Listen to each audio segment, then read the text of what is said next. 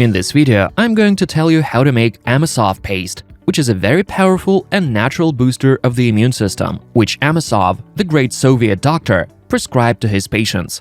So how did the paste come about? Amosov is a legend in the world of medicine. He developed unique surgical techniques in cardiology, and it was he who first made the implantation of the heart valve to a person.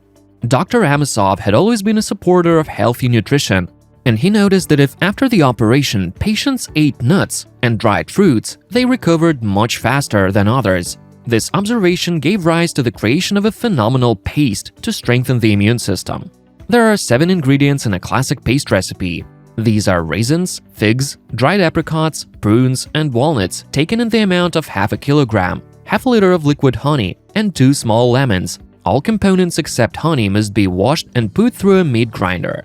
Then you should add honey and stir.